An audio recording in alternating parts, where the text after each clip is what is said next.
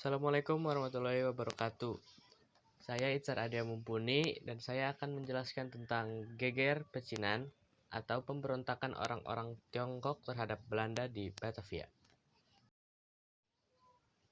Pada masa perkembangan kerajaan-kerajaan Hindu, Buddha, dan Islam, orang-orang Cina sudah mengadakan hubungan dagang ke Jawa dan jumlahnya pun semakin banyak. Bahkan tidak sedikit yang menikah dengan penduduk Jawa.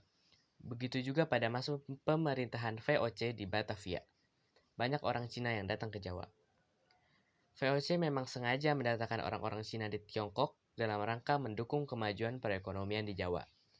Orang-orang Cina yang datang ke Jawa tidak semuanya memiliki modal. Ada juga yang termasuk golongan miskin. Sehingga mereka menjadi pengemis dan bahkan ada yang menjadi pencuri. Hal tersebut sangat mengganggu kenyamanan dan keamanan kota Batavia. Untuk membatasi kedatangan orang-orang Cina ke Batavia, VOC mengeluarkan ketentuan bahwa orang Cina yang tinggal di Batavia harus memiliki surat izin atau surat pas.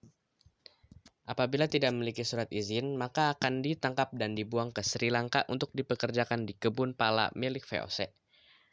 Mereka diberi waktu 6 bulan untuk mendapatkan surat izin tersebut. Biaya untuk mendapatkan surat izin tersebut adalah 2 ringgit. Tetapi, dalam pelaksanaannya, untuk mendapatkan surat izin terjadi penyelewengan dengan membayar lebih mahal tidak hanya 2 ringgit. Akibatnya, banyak yang tidak mampu membeli surat izin tersebut.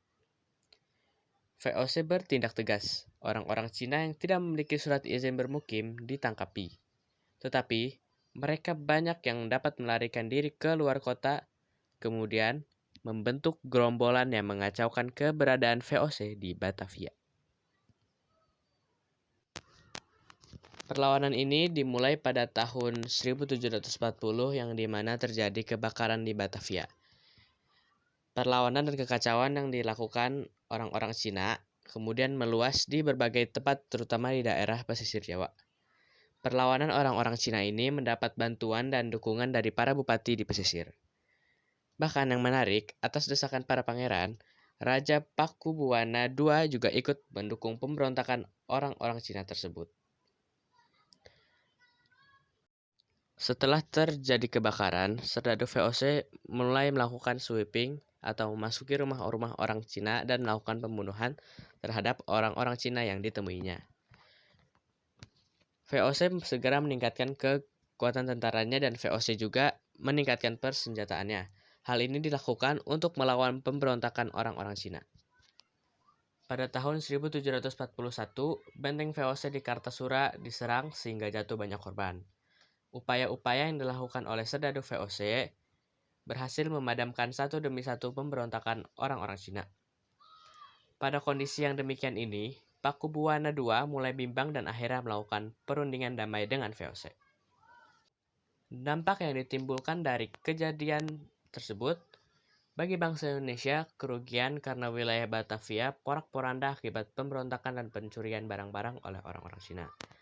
Bagi VOC, keuntungan karena penyelewangan harga pembuatan surat pas yang lebih mahal dan kerugian karena benteng VOC di Kartasura diserang oleh orang-orang Cina dan dibantu Raja Pakubuwana II serta orang-orang pribumi sehingga jatuh banyak korban dari pihak VOC. Quotes untuk materi kali ini adalah hormati dan hargai setiap manusia. Meskipun ia berbeda ras, berbeda agama, atau berbeda suku dari kita. Hendaklah kita menghargai dan menghormati mereka. Jangan sampai kita merenggut hak-hak mereka. Apabila kita dapat menghormati dan menghargai satu sama lain, maka akan tercipta dunia yang damai yang dapat diterima atau disenangi oleh pihak manapun. Sekian yang dapat saya sampaikan. Kurang lebihnya mohon maaf. Terima kasih. Wassalamualaikum warahmatullahi wabarakatuh.